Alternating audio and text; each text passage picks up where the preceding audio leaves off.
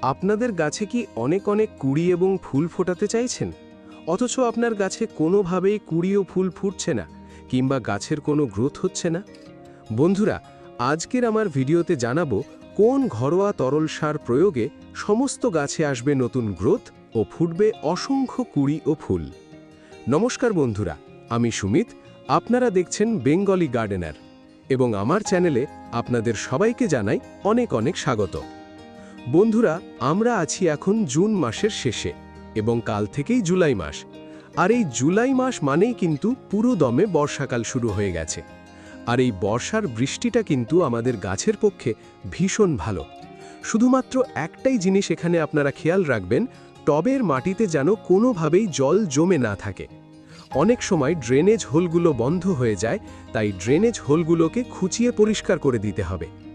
বন্ধুরা, ছোট ছোট যে বিষয়গুলো আমাদের লক্ষ্য রাখতে হবে, গাছকে কিন্তু আমরা এখন কোন ধরনের খাবার দেব, যে খাবারগুলো পেয়ে আমাদের গাছের পাতা থাকবে সবুজ হয়ে এবং গাছে আসবে হাজারেরও বেশি কুড়ি।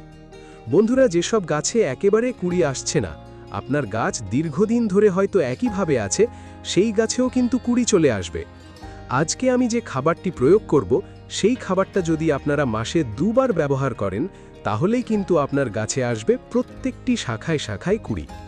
এবং যেসব ছোট ছোট গাছে একেবারে বৃদ্ধি হচ্ছে না, গাছগুলো থমকে পড়ে আছে, সেই গাছেরও কিন্তু দ্রুত বৃদ্ধি হবে। বন্ধুরা, ঘরোয়া খাবার যদি আমরা গাছে বারবার দিই, সেটা কিন্তু আমাদের গাছের জন্য ভীষণ ভালো।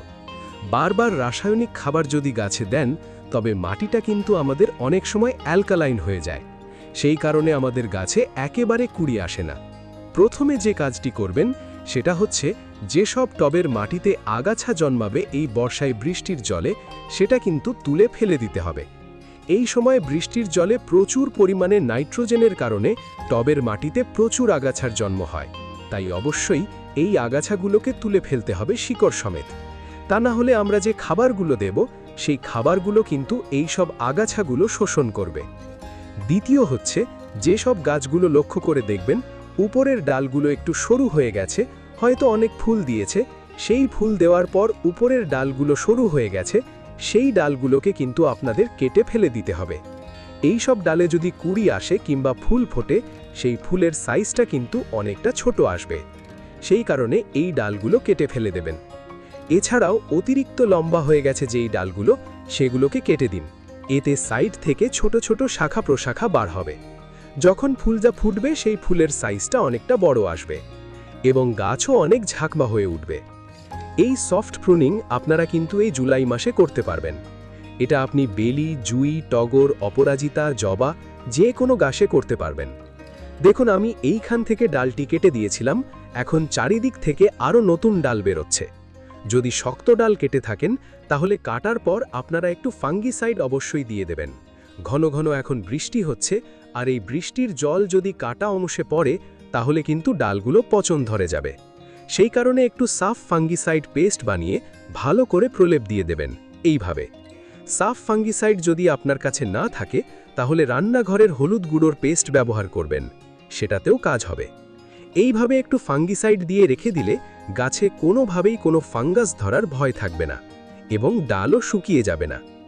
এরপরে আমাদের যে বিষয়টা লক্ষ্য রাখতে হবে সমস্ত গাছের জন্য, সেটা হচ্ছে আমরা এই সব গাছের যে পাতা হলুদ হয়ে যাচ্ছে এই সময়, এই পাতাগুলোকে কিন্তু গাছ থেকে ফেলে দিতে হবে। তা না হলে কিন্তু বৃষ্টির জলটা যখন পড়বে, পাতা ডালে যদি আপনার আটকে থাকে, তাহলে কিন্তু পচন ধরে যাবে।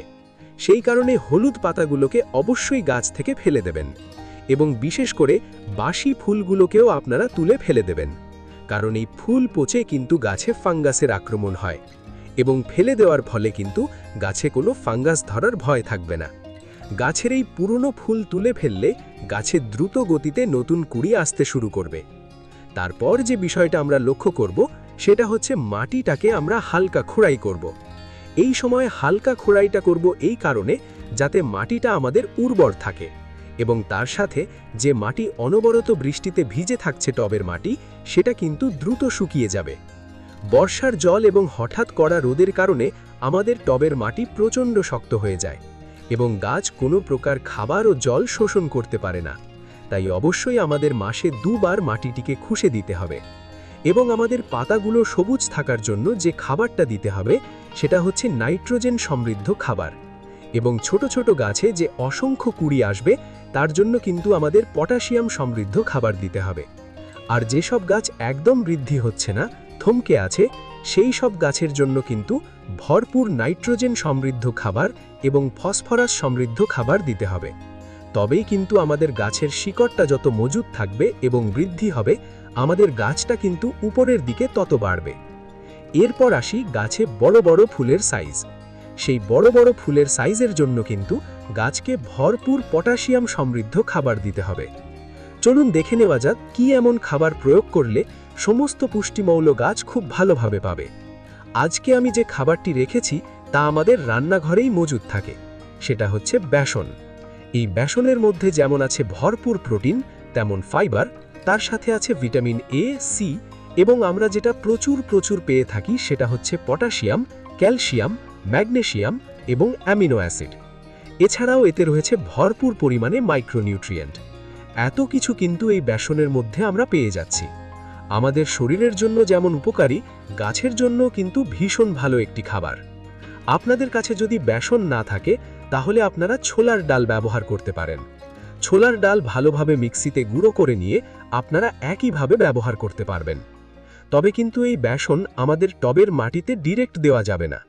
এতে টবের মাটিতে পোকামাকড় এবং ফাঙ্গাসের আক্রমণ হতে পারে এবং গাছের উপকারের জায়গায় গাছের ক্ষতি হতে পারে। এবার বলবো পরিমাপের কথা। আমি এই খাবারটা বানানোর জন্য 200 থেকে 250 ml জলে 1 চামচ বেসন ভিজিয়ে রাখব 2-3 দিনের জন্য। আপনার কাছে যদি টাইম না থাকে তাহলে আপনি একদিন ভিজিয়ে রাখবেন, সেটাতেও কাজ হবে। আমি এখানে 3টে গাছের জন্য 1 চামচ ভিজিয়ে রাখছি। আপনি যদি বেশি গাছের জন্য দেন তাহলে কিন্তু আপনি 2 থেকে 3 চামচ ভিজিয়ে রাখবেন। আমি এখানে 1 চামচ ভিজিয়ে রেখেছি 3 দিনের জন্য। তারপর এটাকে আমি প্লেন জলে মেশাবো। 1 গ্লাসের সাথে আমি ডবল জল মেশাবো, অর্থাৎ 250 ml আমি যদি এই বেসন ভেজানো জলটা নিই তার সাথে আমি আরও 500 ml জল মিশিয়ে দেব। মিশিয়ে আমি প্রত্যেকটি গাছে কিন্তু ঠিক মেপে দেব। ছোট ছোট গাছ হলে অনুষ্ঠান বাড়িতে ব্যবহৃত প্লাস্টিকের গ্লাসে 1 গ্লাস করে মেপে দেবেন 250 ml, আর বড় গাছ হলে 500 ml দেবেন। খাবারটা দেওয়ার 7 দিন পর থেকেই দেখবেন যেসব গাছে আপনার কুড়ি আসছে না সেই গাছ দেখবেন ভরপুর কুড়িতে ভরে উঠবে এবং প্রত্যেকটি শাখায় শাখায় কুড়ি আসবে।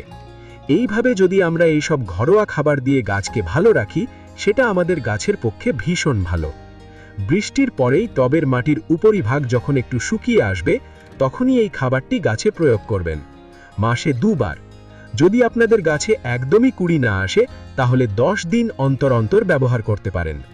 এই তরল আপনারা আপনাদের ছাদ বাগানের যে কোনো ফুল গাছে ব্যবহার করতে পারবেন, এমনকি সবজি গাছেও এটি ব্যবহার করা যাবে। আপনারা এই ছোট ছোট টিপসগুলো মেনে চলুন, দেখবেন আপনাদের গাছও হাসবে। ভিডিওটা যদি আপনাদের এতটুকু উপকারে আসে তবে ঝটপট একটা লাইক দিয়ে দিন আর কমেন্টে জানান আপনাদের গাছে এখন ফুল আসছে কিনা। বাগানপ্রেমী বন্ধুদের সাথে ভিডিওটা শেয়ার করুন আর চ্যানেলটা সাবস্ক্রাইব করে পাশের বেল আইকনটি প্রেস করুন যাতে সবার আগে আপনার কাছে আমার ভিডিওগুলি পৌঁছে যায়। আজ তবে আসি, দেখা হচ্ছে ঠিক পরের ভিডিওতে। সবাই খুব ভালো থাকুন, সুস্থ থাকুন এবং এভাবেই গাছ করতে থাকুন। ধন্যবাদ।